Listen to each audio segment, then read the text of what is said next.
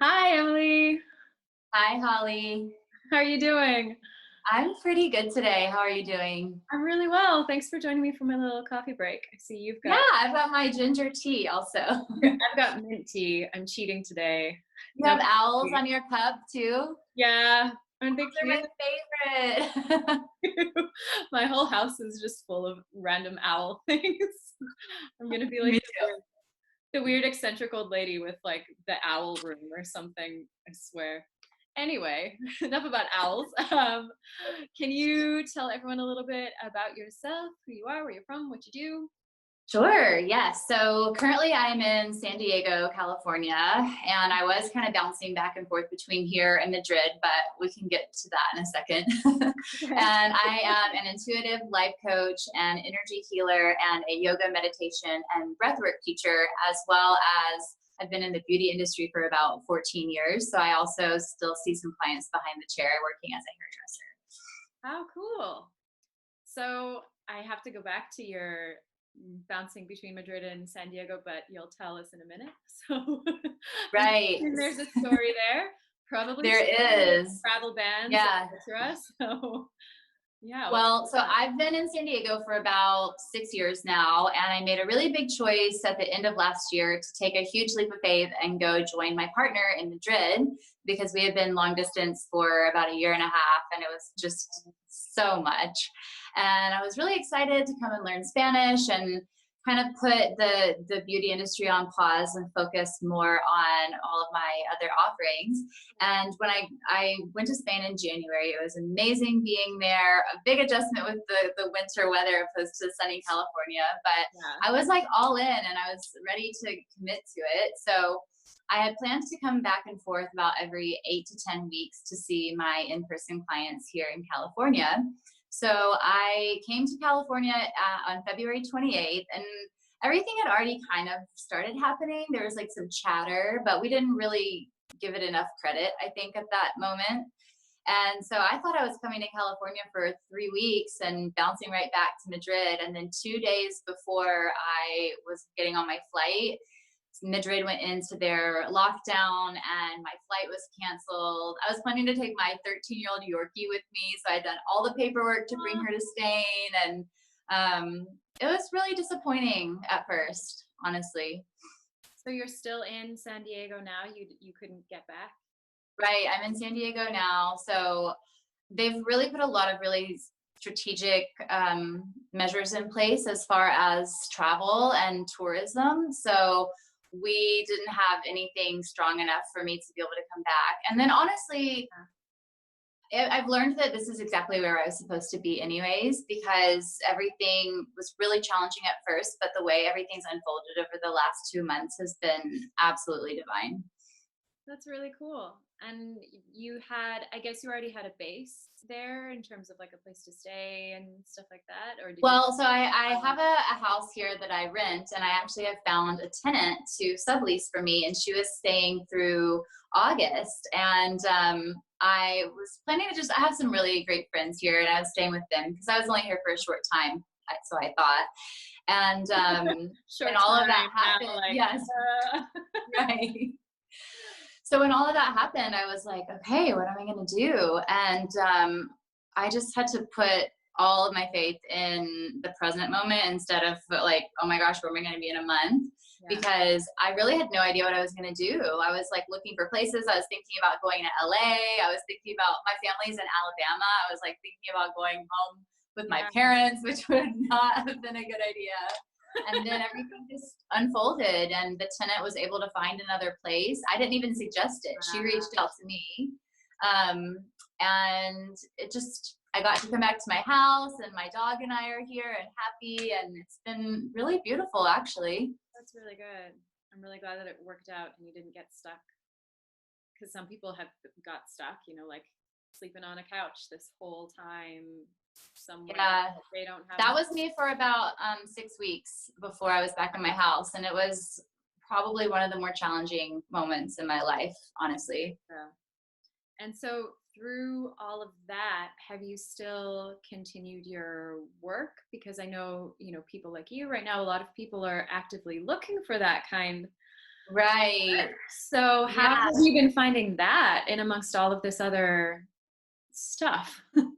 Well, it's been really interesting. You know, I already have some existing clients because we work together for anywhere from 3 months to a year, just depending. So I have my clients that I already work with, but there was instantly this feeling of like panic almost of like, okay, well, everyone's making all of these beautiful offerings. Like, what am I going to offer? And then also at the same time thinking like, okay, also I need to be giving and sharing my gifts because so many people are in a place of despair. So what can I offer? And then it put me into a place of like, I'm going to do all these free offerings or donation based offerings. And I was just pouring myself out. Mind you, at the same time, I am not even in my home. So I'm like Yeah. staying in friends' houses, doing these donation based classes, like locked in a little room, hoping their dog's going to be quiet.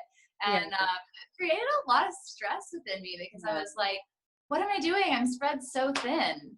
And finally, I just was like, okay, girl, you got to take a break and you can take time for yourself. And so I pulled back from some of those offerings that I was just giving too much. And I decided to focus more on quality over quantity and slow down. I took multiple social media detoxes, like time away from my phone, time away from my computer, and really just gave myself permission to be and not be doing, if that makes sense. Total sense. And I think it's something that a lot of people, I include myself in this group. Like in the beginning, everything changed very dramatically. And I think for a lot of people, the response immediately was like, what can I do? How can I help? What do I need to make? How do I earn a living? Like people just got so into like, do, like instantly. And then there was sort of a lull that I noticed kind of worldwide where everyone started just suddenly realizing, and then they were like, whoa. Okay. Like, Yeah, I what am feel I like doing? at first we didn't know how long this was going to be going. And I think the reason I was like so on it is because I guess some part of me believed it was going to be like a month or, you know, so it's like, I'm just going to go hard because this is going to be over in a month and people need the support. And now we're seeing it's ongoing and it's kind of going to be this longer, more drawn out process. So it's like, what can we do to be more sustainable with our energy and how we're sharing it rather than just burning out? Well, and it's affecting every one of us. Like we can only help other people if we are in a good, frame of mind, and if our energy is looked after and being nurtured in some way as well. You can't just say like, you can try. I'm a health professional or a caring professional, and so I'm going to give all my energy away, and then who's looking after you? Yeah, I always come back to that analogy on airplanes where they say, put your oxygen mask on first.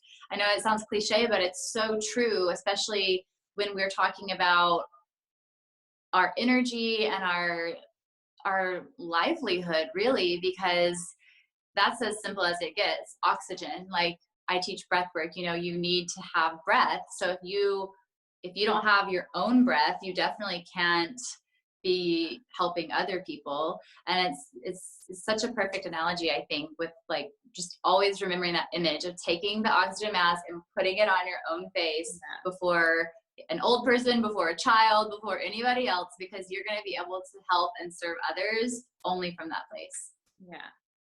So how can we find you, those of us who are interested in maybe finding out more about what you do and your breath work and all of your other many offerings to the world? We're going to link it so you can say it, but don't worry about spelling it as well. Great. Okay, yeah. So my Instagram is colorfully conscious.